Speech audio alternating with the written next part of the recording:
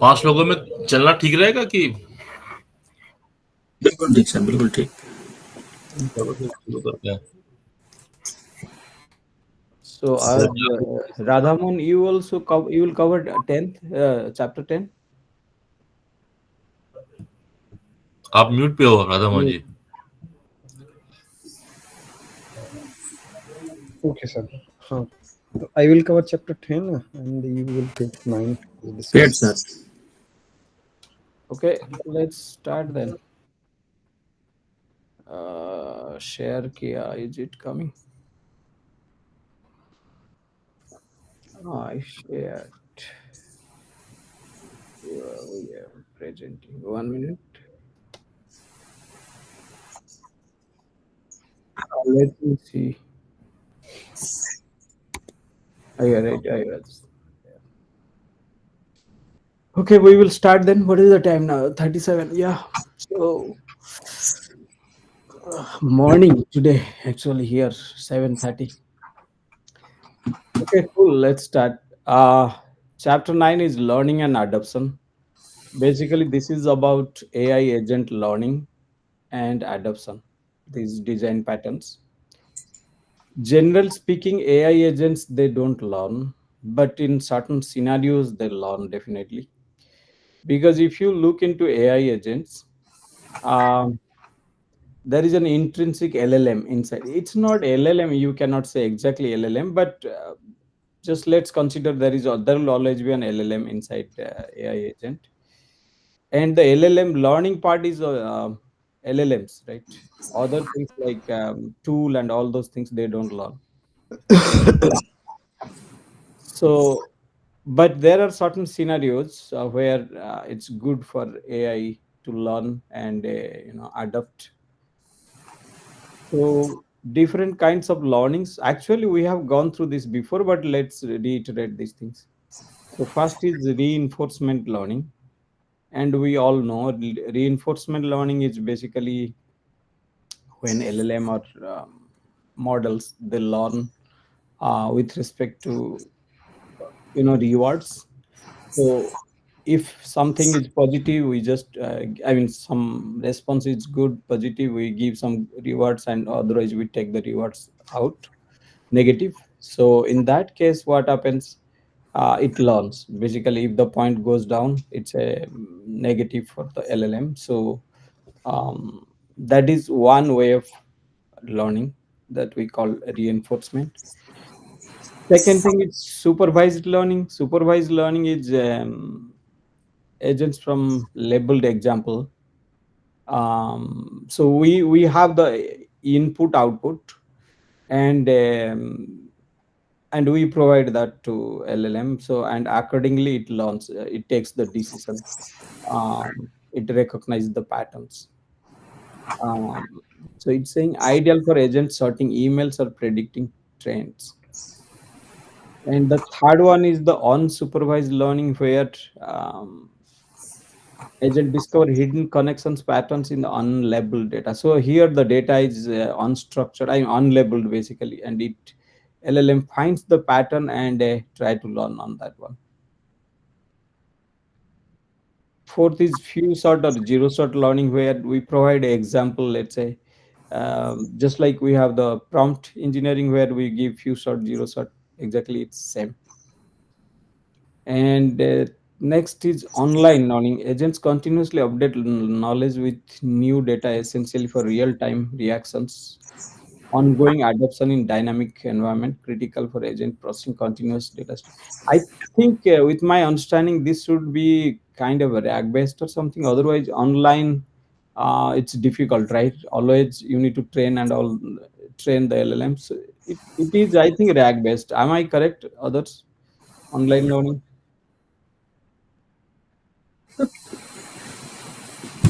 And last one we saw is memory-based learning, where it recall past experience to adjust current actions in similar situation, enhancing context awareness and decision making.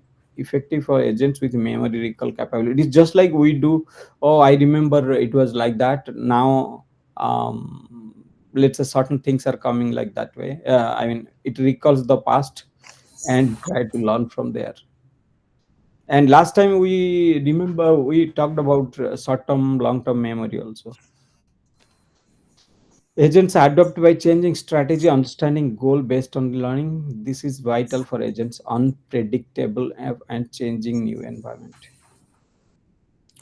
Let's go to the next one, which is proximal policy optimization, PPO. Another is saying DPO, right? Yeah.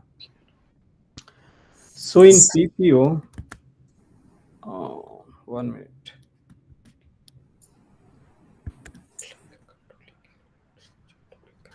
Okay.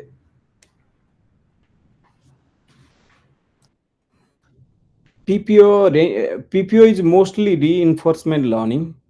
Used to train their basically giving the reward and all those things, and continuous range of actions like controlling a robot's joint characters in a game. Its main goal is reliability, stable improvement of an agent's decision-making strategy, known as well. So, if the AI agent is for game or robotics, um, they need continuous learning basically, and that is where this kind of model, proximal policy optimization, we apply there. The core idea behind PPO is to make small, careful updates to agents' policy. So we collect the data. It has three steps. We collect data, then we do evaluate a surrogate goal, which is calculate how a potential policy update would change the expected reward. However, instead of just maximizing this reward, it uses special clipped objective function. Clipping mechanism, this is a key to PPO's stability. It creates trust region and safe zone around the current policy. Let's read this one.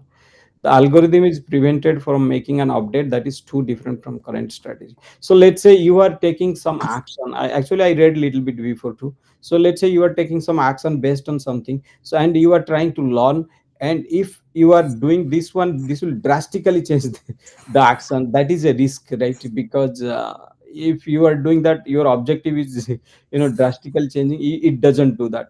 If it is, let's say you are giving, this is the range you we I can our program should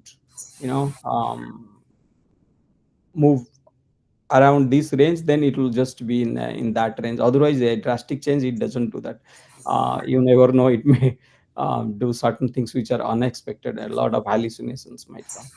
That's why this learning is depending on this, based on these 3 points. So in short, PPO balance improvement performance with staying close to known working strategy, which prevents catastrophic failure. Yeah, if something is completely deviates, which might be a catastrophic failure, in that case, it doesn't apply. And the problem here is because this is reward based, I guess. So what happens sometimes, LLM might hack the reward and give the data which is not correct.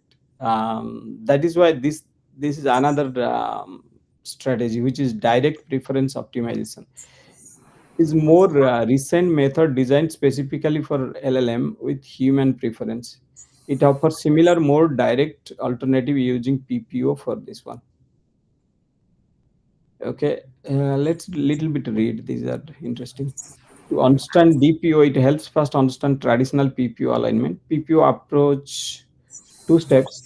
One is train the model, a reward model. First, you collect human feedback and people rate, compare different LLM responses. Response is better than response B. This data is used to train separate AI model called a reward model, and then fine tune with PPO. Next LLM is fine tune using the PPO. The LLM's goal is generate a response that gets highest possible score, the reward model, and the reward model acts as a judge in training game.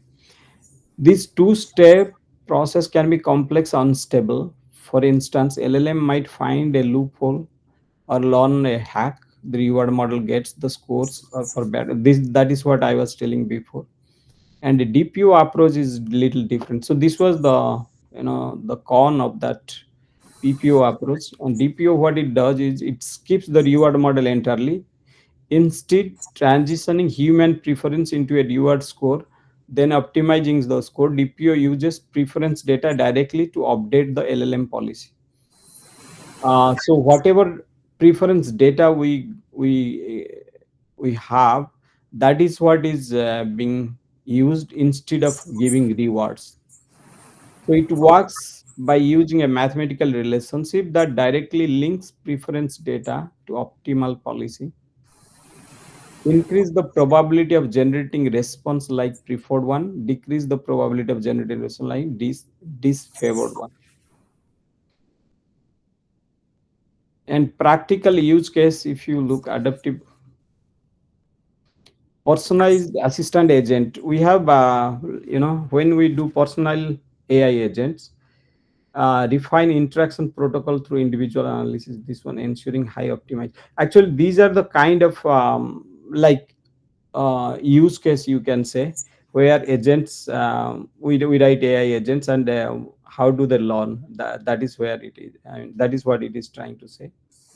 And trending bot agents optimizing decision making algorithm, dynamically adjusting model. Application agents is optimizing user interface functionality through dynamic modification. Robotics, we saw that, okay. Autonomous vehicle agents, fraud detection by referring productivity, this one enhancing system security. Recommendation agents improve content selection policy by employing user preference algorithm. AI agents for game, and then knowledge based learning, which is agents can leverage use RAG to maintain dynamic knowledge base of problem. So there is one more thing here. There is one case study. Use case is the case study is self improving coding agent, um, developed by these three people, Lawrence, Martin, and what is the Maxim, represents an advancement in agent based learning, demonstrating the capability of an agent to modify its own source code. Actually, if you look into this one, so what used to happen is, I think, let's say, the agent will learn itself and will change its source code, so that we will get better at algorithm, or will better at that program. So before, it used to have, let's say, one agent you learn, then it said, okay, oh, these are the problems, or these are the better ways to handle. Then it used to be another agent, but in this case it will do the self learning, basically self improvement. So if you look here, actually, this is one state, this is another state, this is another state, with my understanding. So it started, let's say, let's little bit read this one. Operates through iterative cycle.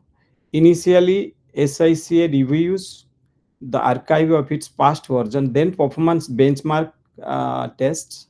It selects the version with highest performance score, calculate based on the weight formula considering success time, computational cost. This selects version, then undertakes next round of self modification. That is what it is doing here. So significant self improvement this system goes through, leading to advancement in code editing and navigation. Initially, this one SICA utilizing a basic file overwriting approach for code changers. It subsequently developed a smart editor capable of more intelligent contextual edits. This evolved into a diff enhanced smarter editor in incorporating differences for targeted modifications and pattern based editing. Quick overview of the tool, reduce processing. So I tried to understand this one, but not 100% sure what exactly it is trying to say. I know this is a code editor. Let's say you are writing, you are having your own algorithm. You just convert that to a tree, and after that, just let's again go through this one. Minimal diff further implemented a minimal difference output optimization, context sensitive diff minimization using abstract syntax tree. So do you guys know what is, I think we must have known, some might have forgotten. So it's, let's say you have a code, you can represent that in the tree, like let's say, okay, what is that called, you have some algorithm use, and you put, let's say, these in if statement, these are these are these, so it will put in that tree, binary tree, in such a way that when you will execute that, you will get your appropriate response. Additionally, a smart editor input normalizer was added in terms of navigation independently. Code structure map to identify definition with the code base. Later, hybrid symbol locator was developed, combining a quick search with a AST checking. This was further optimized. So it basically comparing these ASTs and finding out which is the better version or something. And then hybrid symbol locator.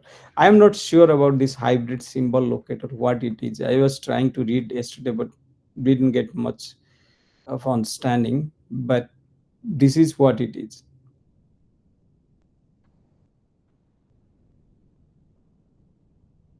Let me a little bit read more. Architecture comprises foundation toolkit for basic file operation, command execution, arithmetic calculation. It includes mechanism for result submission and innovation, specialized sub-agent coding, problem solving, and reasoning. These sub-agents decompose complex tasks, manage LLM context, especially during extended improvement. So basically, these can be sub-agents or AI tool, basically, you can say. I think we have one picture on this one, right?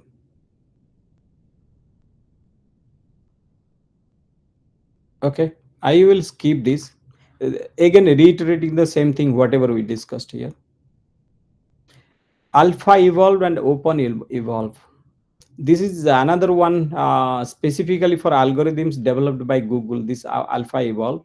So what it does is that Flash and Pro using Gemini, what it does, it try to evolve your algorithm, and it is also reiterates, and it finds which is the optimized one that is being used. I didn't know that this exists. This system aims to advance both theoretically mathematics and practical computing.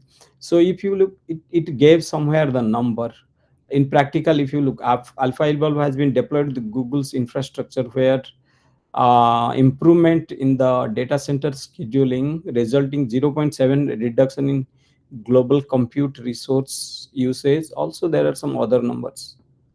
It contributed hardware design by suggesting optimization for a Verilog code in upcoming tensor processing TPUs. Furthermore, Alpha Evolve has accelerated AI performance, including a 23% speed improvement in core kernel of Gemini architecture and 32.5 in optimizing low-level GPU instruction for flash attention. So that is what is Alpha Evolve. I don't know. Okay, again some numbers. Fundamental research contributed discovery of new algorithms for matrix multiplication, including, I don't know if it will create a new algorithm or already existing one. It will try to find out which is the best and try to use that one. Improve upon existing solution, 20% caching examples, including advancement in the keying number problem. I don't know what is that one. So open evolve, if you look, that is also similar to Alpha evolve. To iteratively optimize code, it orchestrates a pipeline. If you look into this code, uh, controller is the major orchestrator. It has LLM and a evaluator pool, prompt sampler, and program database.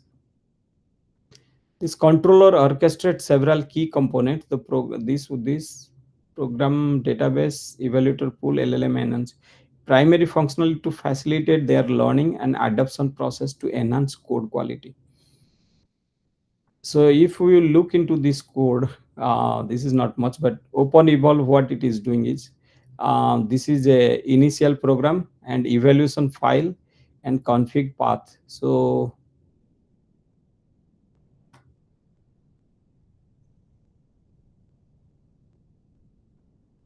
we do, let's say, 1000 of iteration of for the same one, and we take a note of which one is the best out of that, and then it started using that one. So actually, that's all for this. Is a very small chapter. That's all. It is again explaining what we already discussed. So and this is also same thing, like we do learning one, learning two, learning three, like, and this uses the best out of that. Key takeaway, just going through. What is the time now? Maybe 2-3 minutes will be done. Learning adoption are all about agent getting better at what they do and handling new situations by learning their experience. Adoption is the visibility change, and this we discussed. Sub agents and overseer, as it's sub agent or AI agent tool basically. The way LLM context window is set up: system prompts, core prompts, assistant manager. Pattern is vital for agents that needs.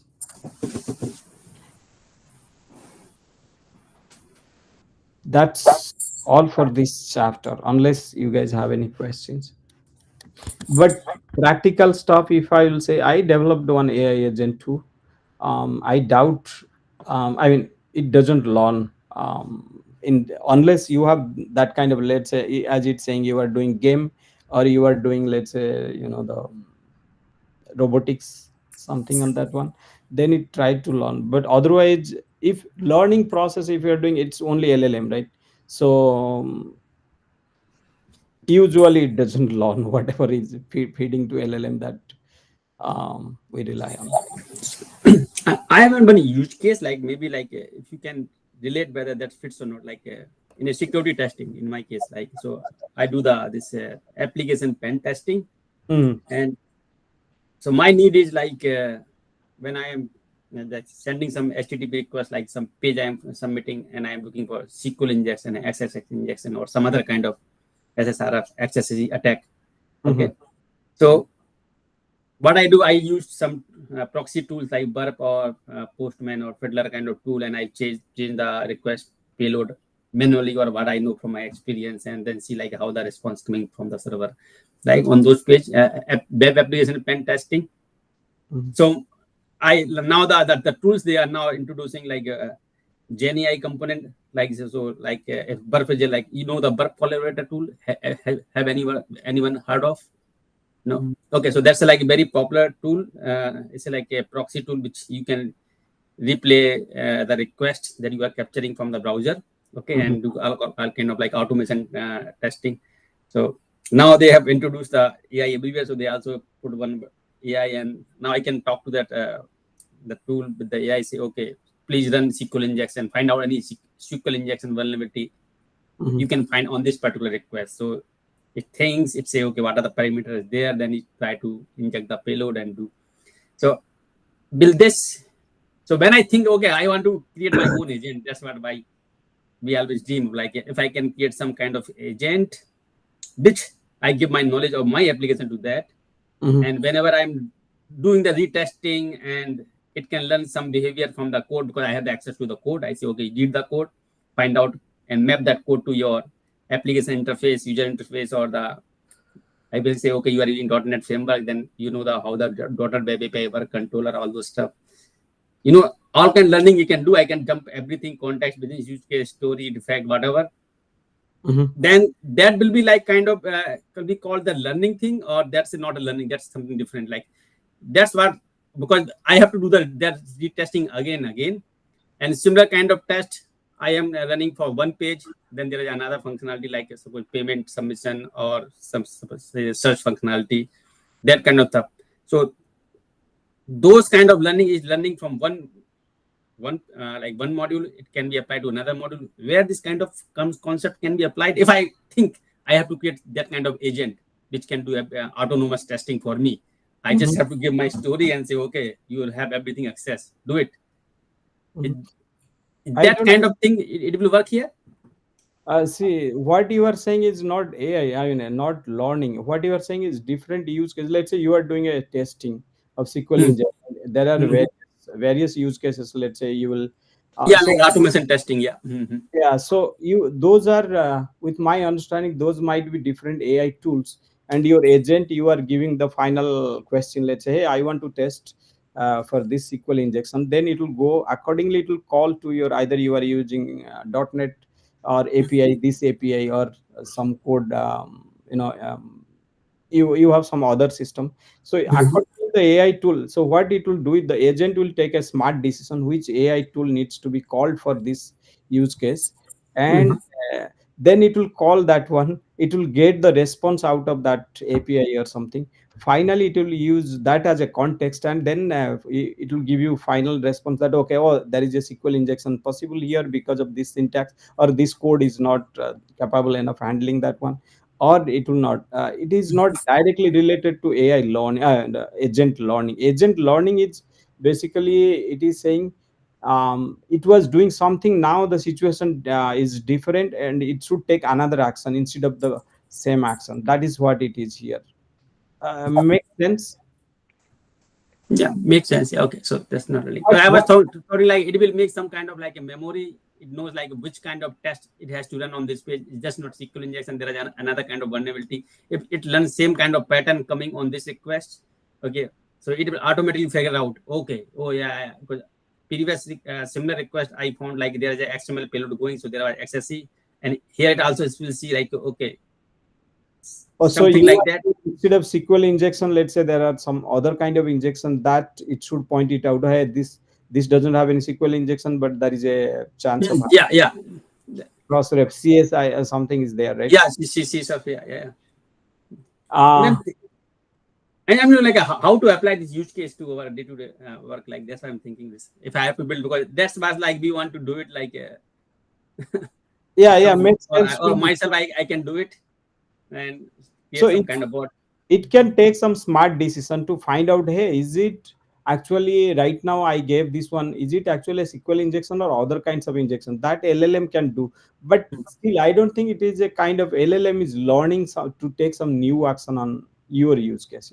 You might have, so let's say we have 10 or 12 kinds of injections, right? Yeah. Just Yeah. so you know in advance, okay, these are the injections might happen, and accordingly, let's say you have 10, 12, or 15 or 20 tools. What LLM will do, smartly decide, okay, this doesn't look like a SQL injection, this looks like some other injection, and it will call the tool accordingly. That is what it can do. Definitely it does that one. um, Yeah. So okay, got it. Unless somebody is adding something new to this discussion.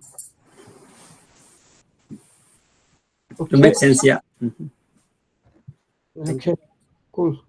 uh that's all. Radhamon, you can take it from here. Yeah, sure, sure. Just 1 minute, let me stop. Share my I request you, like, before you jump onto this MCP, just give me some high level MCP, because I want to, like, whatever you know, MCP protocol and how it helps. Just now, how a little bit intro screen. you have done that. So, sir, the whatever is mentioned in the book and PDF, this is overview only, I will say, on high Okay, level. yeah, then but I was not able to go through the chapter. Okay, So and it is having around chapter 160, sorry, page number 167 it starts, okay, and it end at 182, and all of them till 3 4 pages are only. So I will say another word is overview only, okay. okay, that's good. Then I Whereas, will learn about the MCP, like how it works, how it is used. right, okay, and um, if I will say that even I didn't get much opportunity to read more about it, but only the whatever mentioned in the book that I covered it on high level. I understood it. I was just trying to implement some MCP server, and I started getting there. So just before this call, I was just playing around with it. Okay, so on high level, what I can say, it is like a way of calling the different.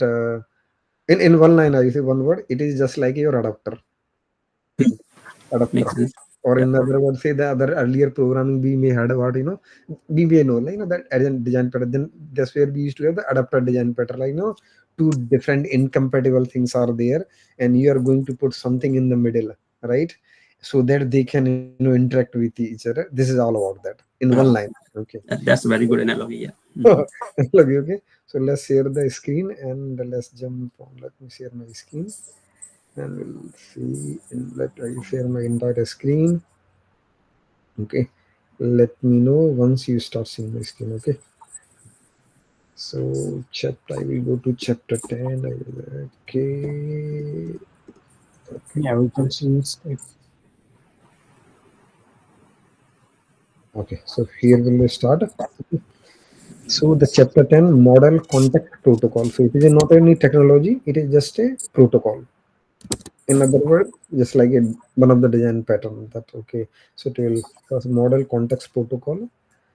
So in high level, just to again you were saying one more like currently the way we dealing with the LLM is ready, an LLM provider through API we can call the LLM, but after that how we are going to use it, and then LLM behind the scene, LLM is just like brain only, human brain, just like equivalent or human, okay. And using that, what you are doing like uh, you're calling it through API, then it can behave like a chatbot. And the next step, like you are calling the different agent, then you write a program. When you write a program, there you will pass some argument, but you need to pass a Fisk argument, but you need to write those argument as a natural language, right? Then it become an agent, okay. That tool which were the program hold it, it become an agent, right? But now the different, now agent need to call different tools. So you can through a program that currently the people are preparing the starting, the raw way, like you prepare agents, right? So the agentic AI, like you have the LLM, but you write different tools, and you will provide some description to those tools. They can understand a natural language parameters, not like a conventional parameter, so that you different tool you attach to it. Now they one more step behind that is the MCP, like you are having many tools, okay, available outside your LLM. So you just some kind of protocol you set it up. So more I will say abstraction of it, like not hard coded tools, I will say, or something that you have the more access to the tool, okay. That's on high level. So let's jump to the PDF and then see, okay. Model context protocol to enable LLM, okay. So around 3-4 pages are there the theory. After that, most of the codes are there. We'll try to cover in quickly. Okay. So let's read some things I have highlighted. What are the main things? Okay. So model context protocol, it enable LLM to function effectively. LLM to function effectively as agents. Their capability must extend beyond multimodal generation. Okay. Then interaction with the external environment is necessary, including access the current data, utilization of external software, and execution of the specific operational tasks. Okay, so if you try to understand this line, to enable LLMs means we have the LLM to function effectively as agents, means LLMs are there, but you want to it should work better as agents, right?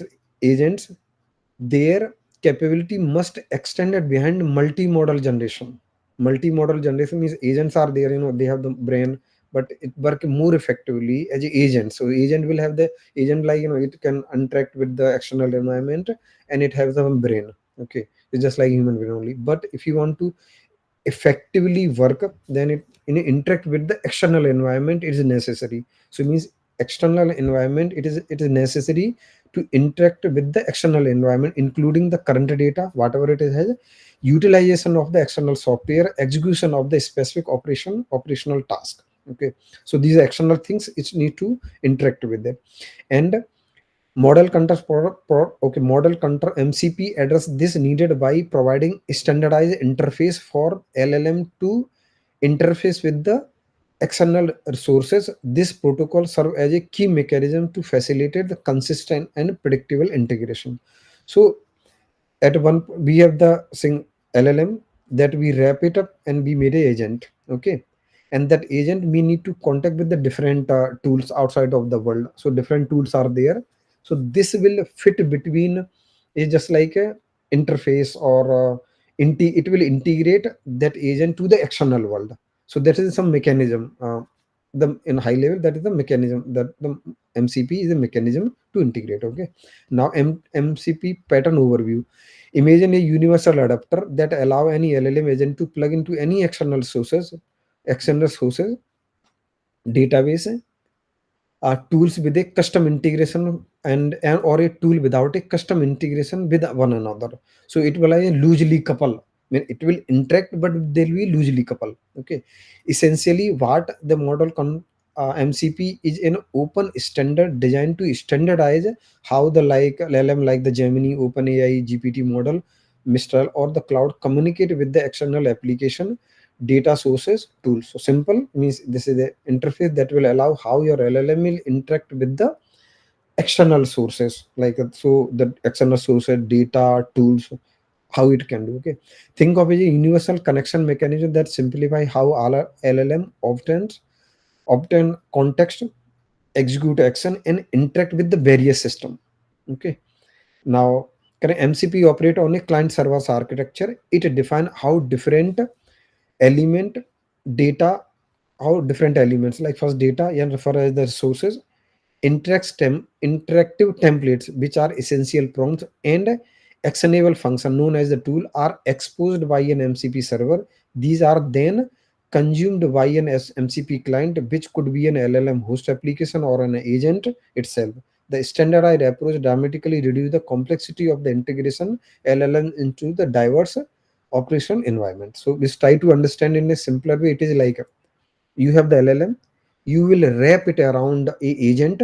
Okay, just like you add some tool or something around it. Okay, just like it is using agent, like your LLM provider, they will provide you the API, right? And you write a code to it that I can call this one, and you will provide your credential something. So it became just like a small program, just like small Python program, right? So it will become like a, so this LLM work on a client server architecture. So this will become your client. Okay, this need to communicate to some external world, so that will be communicated external world, like a tool, resources, prompts, and everything that will be supplied to this one using a MCP server. Okay, so your essentially your LLM become a client, and MCP server, you will design a MCP server that will become your like a server. So it will become a client and server architecture, right? So LLM wrapped around a something that became agent that will interact to the external world through this MCP server only. Okay, so that's the meaning of it. Okay, now however MCP is a contract. This is called, they call the contract as well, just like the language, when we have the interface, it is like a contract. Like you will call with something with a defined parameter, and it will always give you something. So it will become like a contract. Okay, effectiveness depends upon how heavily on the design of the underlying API it exposes. Okay, so it is mean like the MCP server, like underlying API or something is there, that how effectively it is exposed to a client. Okay, so there's a risk that the developer simply wrap a pre-existing legacy API without modification. Okay, which can be suboptimal for an agent. For example, if a ticketing agent API only allow retrieving the full ticket information one by one, and agent asked to summarize the high priority tasks tickets to be slow and inaccurate at high volume. This truly be effective, that underlying API should be improved the deterministic feature like filtering and sorting to help the non-deterministic agent work.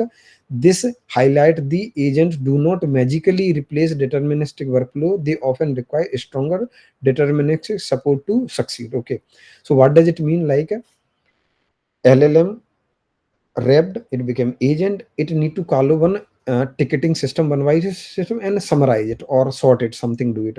So like summarizing, sorting, or let's say the word the sorting. So sorting is just non-agentic work, like it's just like that can be done using conventional technique, like how you need to do sorting and all. Okay, so if you give the more data to agent and you are asking that we just sort it. Okay, so it is main.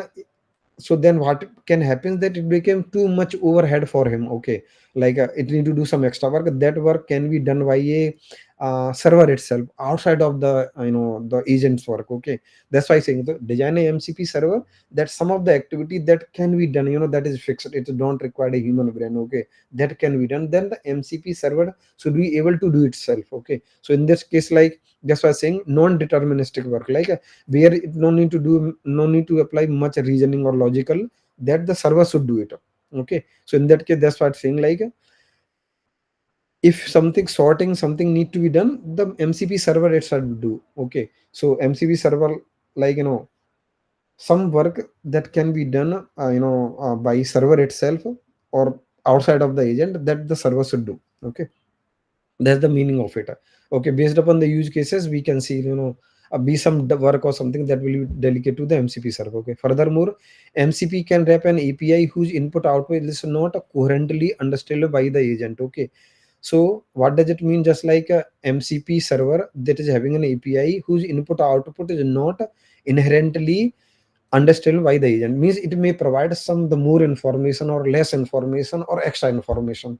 So MCP server can handle it, that I need to provide only the desired response or the limited response or summarized response to the uh, agent. Okay, so that feature that can be wrap or coded into the MCP server. This is one of the activity it can do.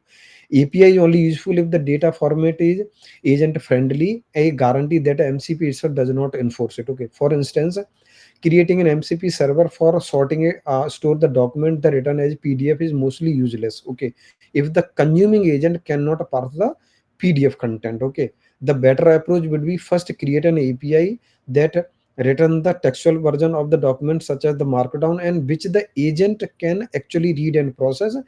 This demonstrates that developer must consider not just the connection but the nature of the data being exchanged to ensure the true capability. So what does it mean? Like, you design an agent that the is to summarize a PDF or something, right? Or any other activity. But MCP server's responsibility, like, you call the API or it is read the PDF, something that agent should not be doing it or agent can't do it, that MCP server should do it. Okay, that's what it's saying. Just like it cannot understand the PDF, then the MCP server should convert that into a text and then feed it to the agent. So just like reading the PDF and converting to the text, it clearly static activity, like one time activity only or static activity. They don't require a human brain, so that the MCP server should do it. Okay, that's the meaning of it.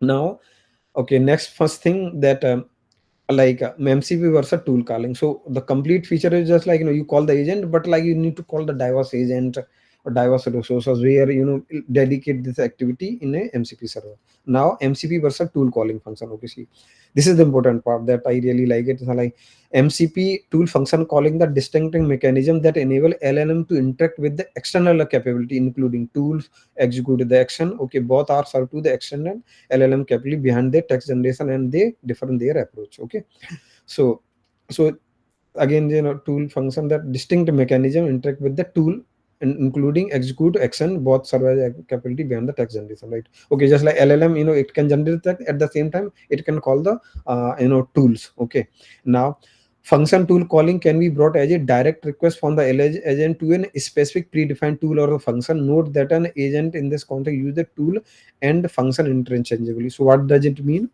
When you define an agent, what the agent do, you will call a LLM API, and you refine a function. On the top, you write a tool or some decorator, just like that's what you will do in a Python code, right? If I will show you an example, just like if you see the agent, this is the agent, we define it tool, or let's say server. Okay, so whenever you generally you write a function, like that function, the greet function, you take a string. Okay, and then you will return a response.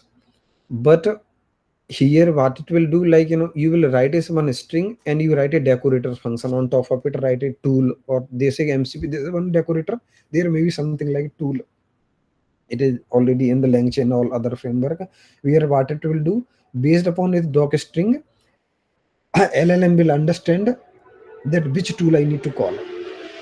Okay, so it became more like a natural language. If you write it just like a paragraph kind of thing, but the LLM will understand it. It will generate it will make a parameter and it will call that function based upon your language only. Okay, so the next thing, interaction is characterized by the one-to-one communication, where the LLM format a request based upon their understanding by the user interaction, external interaction. The application could then execute it is the request and return the result to LLM. This often is proprietary and vary. That's what the in agent will understand. Like you will write something, it will prepare parameter, it will call and it will give you the response. Okay, and second thing, in MCP operates as a standardized interface. So it is on top of that, broader version of the tool. Operate a standardized for the LLM to discover, communicate with, and utilize external capability. Okay, it function as an open protocol that facilitate interact with the wider range of the tool and system and align to a stabilized ecosystem. Any compliance that can be accessed by an a compliant LLM. This foster interpretability, composability, reusability by different system and implementation. So what it will have, generally you write a agent. So currently you write a one API, you call one LLM, okay, API, and use small tool on a small level. But when MCP will come into the picture, it will like you can have the multiple LLMs one side as a client, and multiple tool and different tool on the other side, and then it can fit between them. So you have the more access to the tool right side, left side the different LLMs, okay, and between them, that's what say these word, foster interpretability means, you can change, model and tool. Composability means just like you can integrate different tool and model. And the reuse, the across different system, and they can be reused, right? Or you write different things, just like reusability, different tool you will write, they can be reused at different places. Okay, that's the meaning of it. So this is the table that is important, like a feature, tool calling, and model context protocol. Like a standardized, the tool is just an approach vendor specific the format and implement across the LLM provider when you write a tool. But it is an open source standardized protocol promoting interoperability between the different LLMs and tools. So just a broader version of it. That's why I'm saying scope the direct mechanism for the LLM to request a execution of a specific predefined function. So in that case, you have the LLM and you write a one method, you will make that as a tool, okay, or you call some tool. It will be very limited scope. But when it move to the MCP, it became a broader framework for how the LLM and action tool discover and communicate with each other. Okay, and architecture one-to-one interaction, one LLM, one function, or multiple function, or one tool, and you are interacting with it. Is it direct as client server architecture where LLM powered application client can connect to utilize various MCP server and tool. Okay, barrier MCP server. So the server there may be the multiple server, they will have the multiple tools. So just like it became very broad. Okay, so in discovery, like LLM is explicitly told which tools are available within the context of a specific conversion, because it is the limited scope here, right? Enable dynamic discovery of the available tool, and MCP client can query a server to a what capability it offers. Okay, means it is providing the more where the discovery became broader. Second, reusability. The tool interacts are often tightly coupled with the specific application and the LLM being used. It is a limited scope, but promotes a development of the reusable standalone MCP server that can be accessed by any compliant applications. Okay, so that's the thing. Think of the LLM to function calling a given a specific set of the tool, but a particular bench on the screwdriver. This is different workshop for the fixed set of the task. MCP, on the other hand, like creating a universal standardized power outlet system, it does not provide the tool set, but it allow any compliant tool from any manufacturer to plug in to work, and enabling dynamic and ever expanding workshop. So just like tool like a one screwdriver or something, but this is like a workshop that I have the Mary's tool, a lot of things it will have. It will be broader, just like factory. Okay, factory of tools, and it have not only tool, other things as well. Okay, anybody has some question?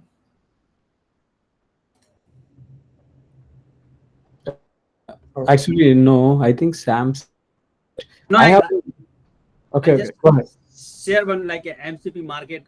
Like I was looking like where all the MCP servers are available or tools available, which I can look like how they implemented.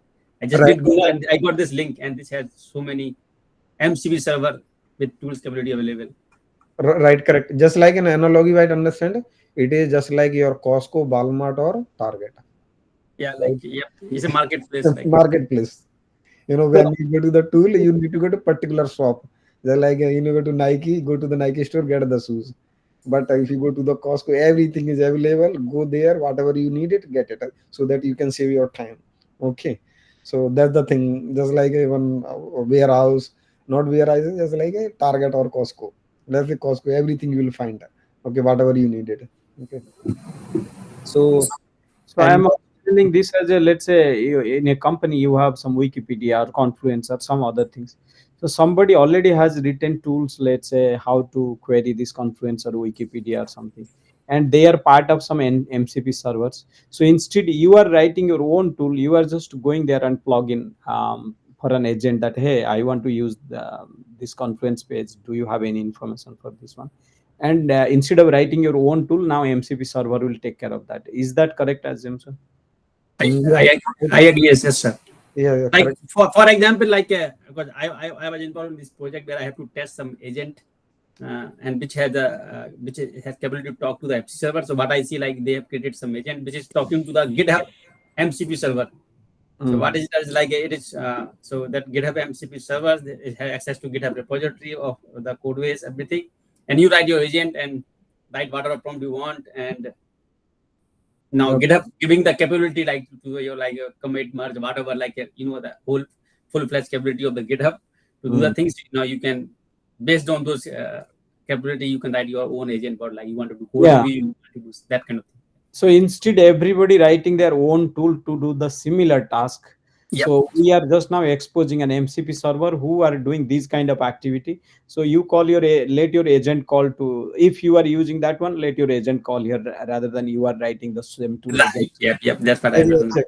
exactly. Yeah, that's very good understanding. When That's what it is saying. It's an interoperability thing between your yeah, LLM. reusability and interoperability. That's it. Correct. Initially, I was thinking maybe we are using XML or JSON kind of because between server and server to understand things, but that is not the case here, I guess. So underlying the communication is happening, sir, with this like a client server architecture only. So what I understood, because I was also little bit reading about playing like how this MC server works. So I say like so your client, right, your agent is like will be invoking some MCP client inside your code, right? And that client, MCP client, is not talking to the MCP server. The MCP server is nothing like I say like GitHub MCP server, which is exposing some tool calling capability or like some function method, like which I say like it's more like the SOAP based service, SOA services, which give you the digital contract, and you like if you like connect to the WSDL digital contract, and it will give you all the methods name that you can call, and it give you the structure like what is the request object you have to send and what kind of response object it will get back. It is similar kind of stuff. So when you like connect a MCP server, they give you the interface. It will tell you like what are the method tools available, what are the resource available, what are the prompts template that you have to invoke. So that kind of like a predefined contact you will get from the MCP server. Now your agent will understand with that interface, with that documentation, okay, how to call your that MCP server tool calling capability. Now your agent will take decision based on your user prompt and start calling those MCP server capability. So, but and it used under the hook JSON RPC protocol, like HTTP protocol. First, I thought like it would be like a simple our web HTTP. Like if you were calling one HTTP request, we'll get the HTTP response from every server. But they are saying this is not like HTTP. It doesn't follow the HTTP. What we call RFC. It is follow like JSON RFC based protocol, where the payload gonna go into the JSON based with predefined some schema. You see, like so that's what I was reading, and I say, okay, this is a little different. And I cannot directly invoke MCP server endpoint directly into browser. No, even if you give all your token key, everything in the header, there is some different mechanism. Like for the cloud has introduced some kind of MCP inspector, which create the there is a different way of like communication happens when you talk to the MCP server. Are you talking about gRPC or something? It says like it use JSON. Yeah, it's kind of gRPC kind of techniques, like same way like it could be like for this model context protocol, but they use JSON RPC as like underlying protocol. Okay, cool. Thank you. Okay. So yeah. So now let's how much time we have? Okay, so let's finish it quickly. So the tool resource like a tool resource and prompt is important to understand the tool they call like the function resources like PDF data prompt we know that what. So it is it is important to understand the role. So the additional consideration for MCP, like MCP represent a powerful framework through the values and require to consider several crucial aspects in suitability given case you let's see the aspect of the, so these things we understand what is tool, what is a prompt and all. Discoverability, the key advantage of the MCP that an MCP client can dynamically query a server to learn what tools and require resources to offer in just in time discovery mechanism powerful for the agents that need to adapt to a new capability without being redeployed.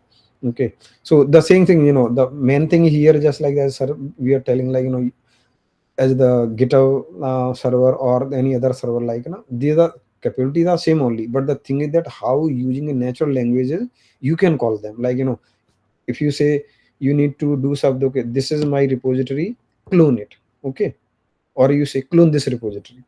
So generally, when you clone the repository, GitHub they provide the UPI. You will say repository, prepare the URL you must have, and you need to run this command. Then only you can close it, right? Even if you type here and there, you cannot do it, right? And where you need to close everything, you need to provide the static and fixed. But somebody, anybody down to down, just like just you think it and do it. So that parameter, how you will form the final command, you will form it. So that's where this MCP server that will come into the picture. Whatever you write here and there in a natural, just like a paragraph something, it will understand it, and it will finally it will execute that command.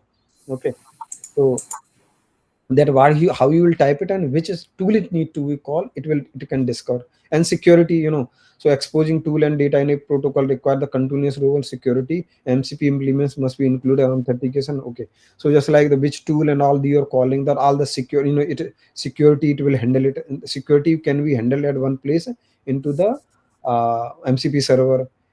And the implementation which, okay, implement open standard, it can be complex, however the provider beginning simplest process. For example, uh, they are the some provider like Anthropic, faster PC, like Anthropic faster SDK that always have so much more boilerplate code, be easy to developer to connect an MCP client and server. So while reading it, I will share some link I get to know. I when I learn about it today, that their fast MCP one framework is there. Okay, we can explore it, but this is the totally the new word that we learn it today. Okay, so we can explore it. And I learned some other thing as well. Okay, error handling, it can through that can be done, comprehensive strategy that can be handled into the MCP. Okay, local versus remote server, MCP server can deploy locally or the same. 1 second. Okay.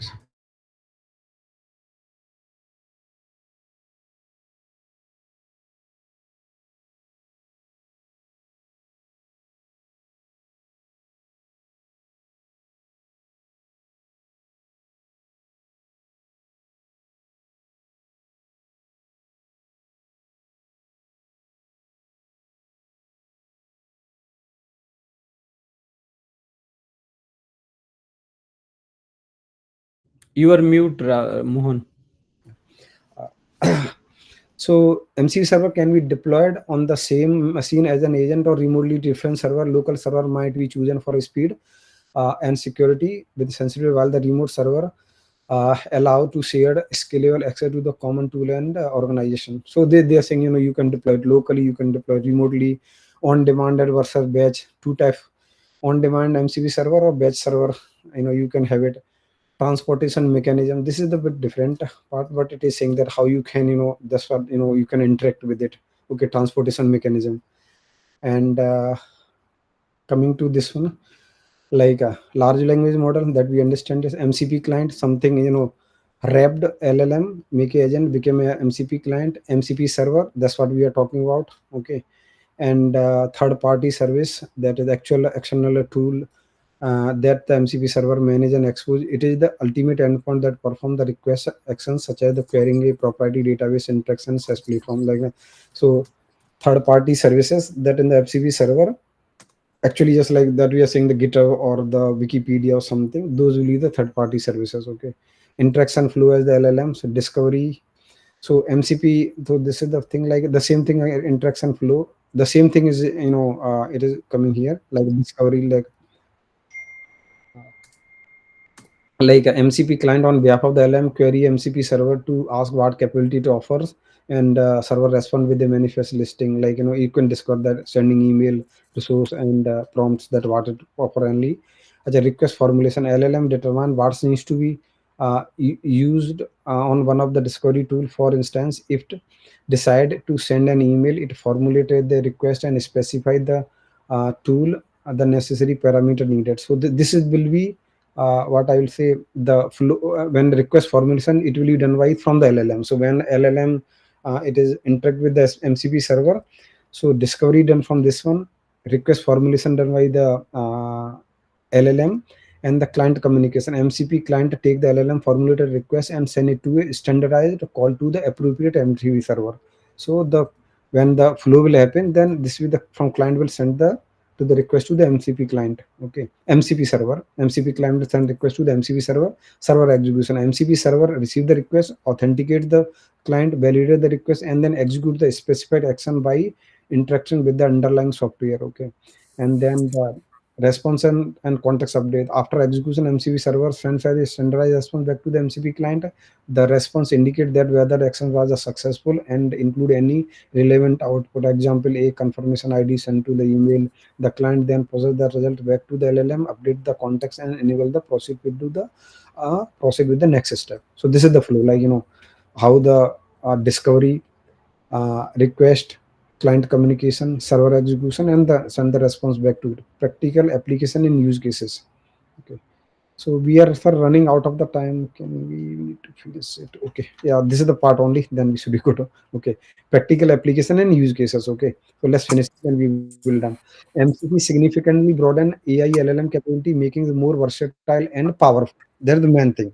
That's what the means. MCP significantly AI and LLM capability, it making them more versatile and powerful.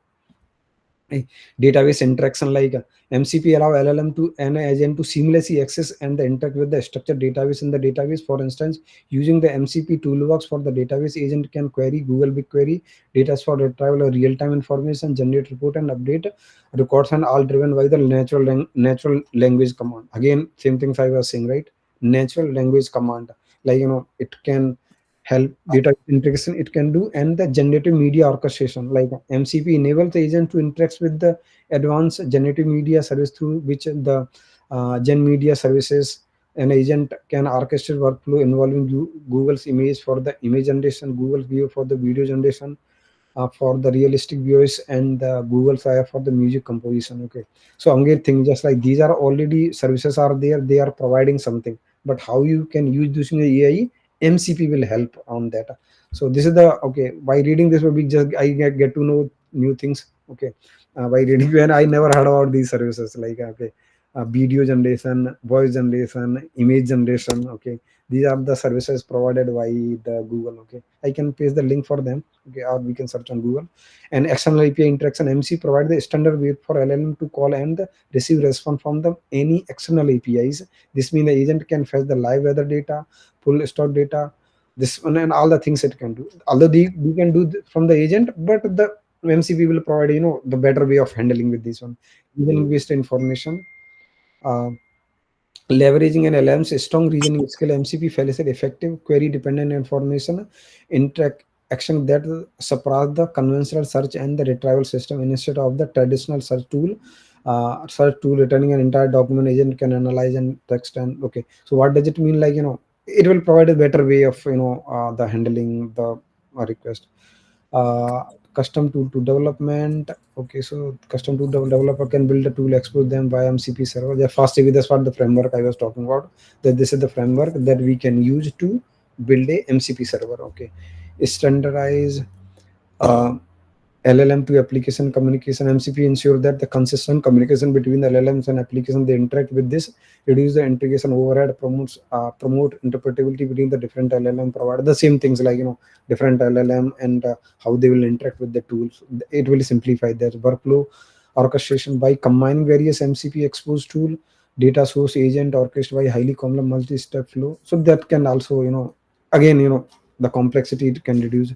IoT things, MCP can facilitate LLM interaction with the Internet of the Things, that can use MCP to send the command to a smarter home appliances, industrial sensor, robotics, and enable natural language command and automation physical systems. So that's what it can do. Just like whatever the IoT devices are there, and LLM through LLM you want to interact with them, through MCP you can interact with them or integrate in the better way. Financial services the same thing, the same with the financial service. MCP could enable LLM to interact with the various financial system, data source, trading platform, compliance system, and agent might analyze market data, execute trade, and generate personal and automate the regulatory reporting. All the things it can do. Okay, so in short, model counterpart enable agent to access the real time information from the database API based sources, and also allow agent to perform the something like sending email, updating, recording, all this thing it can do. In simple line, sophisticated, better agentic AI. If you are forming, you need to use the MCP. That's the bottom line. That's what I understood. Okay. And hands on. So this is the one code I set it up. I was setting up this one only. So the MCP server, that's what they are. It is code look pretty simple. We need to explore it and more. Like they are saying the fast MCP server, take it and create the MCP server and generate the tool. Okay, and it is running the server on this. Okay, and through an agent you can call it. That's what I was just trying to do it. Okay, and these are the library for fast API one framework. I was just trying to. These are the light LLM. These are the some different framework to build an agent. Okay, so what is this like? This is also the tool that we write it, but it looks like you created that framework and you write your own decorator and you write the doc string, and the one tool will be ready for you, and using this one you can consume it inside another agent or using MCP client. Okay, so simply they're just like building an agent using a framework. This is the MCP. That's what I understood using this code. Code looks pretty simple.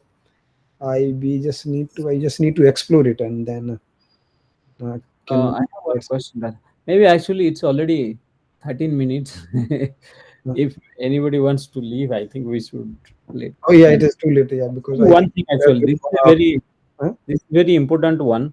Can we do little bit more discussion in next class on this MCP before moving to the next chapter? uh, 10-15 minutes, a little bit of discussion, because people will read, they may take some time to understand this, then because this is a very important and good one. So let's do this a question answer the next time. Do you think that will be good? I'm uh, okay, sir. Yeah.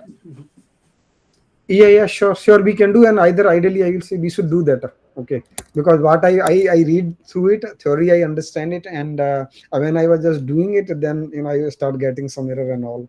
So what I will say that next session we can do some hands-on. If anybody has idea or other, okay, we can move to the next chapter. Yeah, Yeah, as you say, because this chapter was big, I think half an hour was not enough for this yeah, one. yeah, Whenever I try to read 3 4 hours, two could read those only. Then I started getting those practical, and I just got stuck up. That's it. No, everything I need to do. so but besides that, I have one question. Before that, do you think we will discuss who is taking next chapters? Because next week, Uh, that we didn't discuss, but what I did actually, just to avoid some confusion, like uh, or added your name. I added the not added this for today. I just updated the November one we completed by Ankur, and you are going to complete it. So I can say like this one we can do it. This one next session what we can do, we can take one chapter and some practical from this one. Yeah.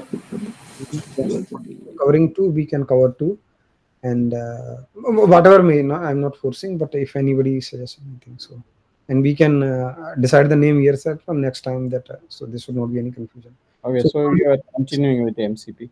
hmm, So my question right now is, because that agent you wrote, I also wrote an agent, but is it possible to debug locally and run the AI agent, or it's just A- because A- after I deploy I can run, but AI locally? AI agent, sir, is nothing. It is just a Python code only.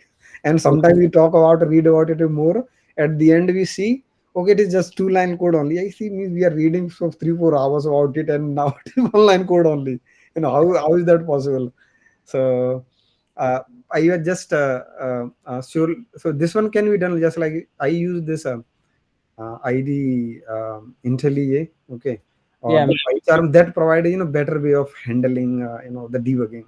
because we are the proper ID. Lot of the people use If we have local host MC server, we can debug. But if we are using remote server like a GitHub server, then definitely we will not able to debug.